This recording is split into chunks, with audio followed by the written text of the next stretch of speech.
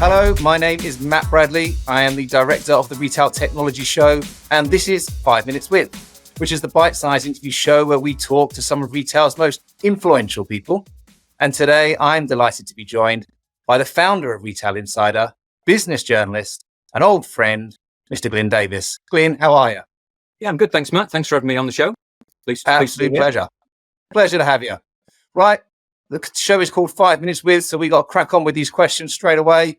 Number one, Glynn, you cover a lot in your sort of journalistic brain of yours. In your opinion, what's the biggest change you've seen in retail technology over the last 12 months?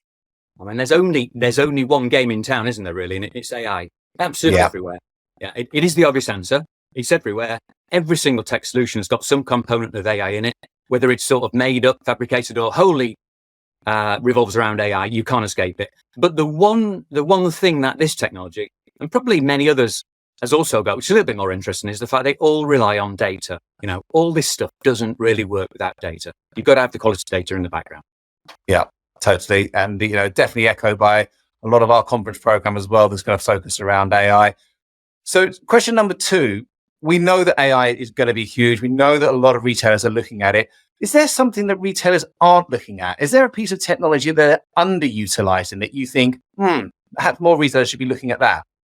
I've had a soft spot for two really old school sort of technologies, RFID and electronic shelf edge labels. They've sort of both been around for absolutely years, and even this week we had the announcement of, I think it was Lidl, wasn't it? With the rollout of shelf edge labels. I think both those, if you just start with RFID, been around for absolutely decades. It's sort of out there with quite a few retailers. Probably not utilized as well as it should be, because when you're looking at multi-channel, you've got to know where the inventory is, and probably that tried and trusted, engendered, I guess. We know the thing actually works. There's no faults in the line. RFID is probably the ideal way of tracking your inventory through your different channels. You know exactly where the stock is throughout the supply chain. So that's the first thing. Secondary, shelf edge labels, again, not a new thing. They've been out there. Loads of retailers have given them a trial. But they link to probably the thing that I find really exciting is dynamic pricing. And it gets such a bad rap. It's all about people getting ripped off because prices go up. It's a bit like surge pricing on Uber. It just gets a really bad rap. Whereas, it's equally, the prices could go down. And I think the utilization of shelf edge labels, or even not necessarily labels, you can just do it online and just change the pricing according to stock with short shelf lives. And the opportunity to reduce waste is absolutely massive. So those are my two things which have been around a long time. Maybe more retailers should utilize them. Definitely. And I think that they are starting to come into their own now, aren't they? I remember many years ago chatting about RFID, but certainly more and more retailers, it's not necessarily about implementing RFID, it's how we're going to best use it. So it's part of that case study, I guess, is almost one.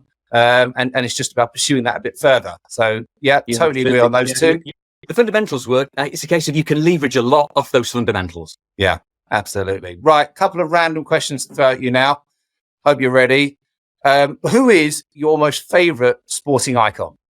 Probably, I've always liked watching the snooker. And I guess, if you looked at those players who defined an era, we've probably got Ronnie O'Sullivan now. But I was watching snooker originally, and it was Higgins.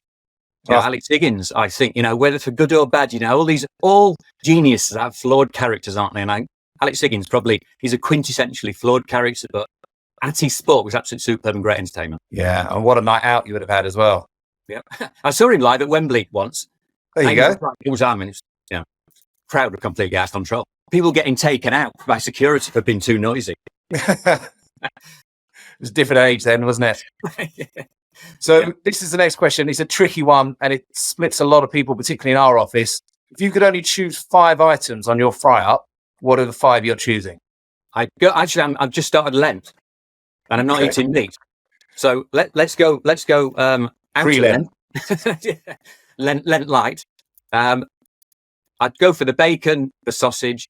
I would have to go for the beans, even though that's probably the Marmite option, isn't it? I'm definitely not going for Marmite, by the way. So bacon, sausage, beans. I'm a bit partial to the hash brown. Good, yeah. And I do like poached eggs. I don't like fried eggs, and I don't like scrambled eggs. So I would go for the good old poached egg. I think that's fine. I think that's a decent lineup, to be fair. And I think there's probably only a few. Brown sauce. It's got to have brown sauce. Well, that's where we disagree then, actually, Glynn. That's where And we disagree. lots of rough ground black pepper on the beans as well. See, you're going right into detail here. And you've gone past the Sourdough. five We're going as to well. keep going. Get some sourdough on the side. Yeah. Luckily, we filmed this in the morning as well, so we can always jump in and have a breakfast. Okay, so final question. We've been friends for a long time. You've always attended the retail shows. What are you most looking forward to about the Retail Technology Show? Actually, just bigging up your bit, Matt. I think you do a great job. You and the team do a really good job with the Retail Tech Show. I think it's been really good. Actually, in its current incarnation, the tech show at Olympia has not been around that long in your hands, but it's just great. And it's just a really great setup. That aside, yeah, I'm clearly looking forward to the bit that I'm involved with, which is the disruptors and innovators in retail 2024 reports. That'll be coming out. Will be launched at the show. It'll be interesting to see the 30 people in that who are deemed to be influential in the sector, making a big difference. That's one thing. I think the big thing for me as a business writer is the conference program. I think you got some great speakers again, and I wouldn't want to pick out any specific people, but when you look at the lineup, we've got like the CTO of Jim Shark, Director of Omnichannel at John Lewis, Director of Tech at B&Q, Charles Strutt's founder, the MD of the UK bit at Too Good To Go, which I think is a great little business. Again, sustainability angle, cutting out food waste. So I think that the program of speakers for me is one of the big highlights. And that's not to say don't, please walk the halls, see all the exhibitors. Do not just spend all your day in the conference hall, but there's some great speakers. We work hard to make sure that doesn't happen. Yeah. Glynn, it's been an absolute pleasure. Thanks so much for joining us. I really do appreciate it. And for all those wanting to meet Glynn, wanting to see more about what AI has to offer, RFID, electronic shelf labeling, it's all at the Retail Technology Show. Registration is free. It's open. The show's 24th, 25th of April, London's Olympia. We'll see you then. Cheers, Glynn. Thanks very much. Thank you, Matt. Thanks a lot. Cheers. Bye.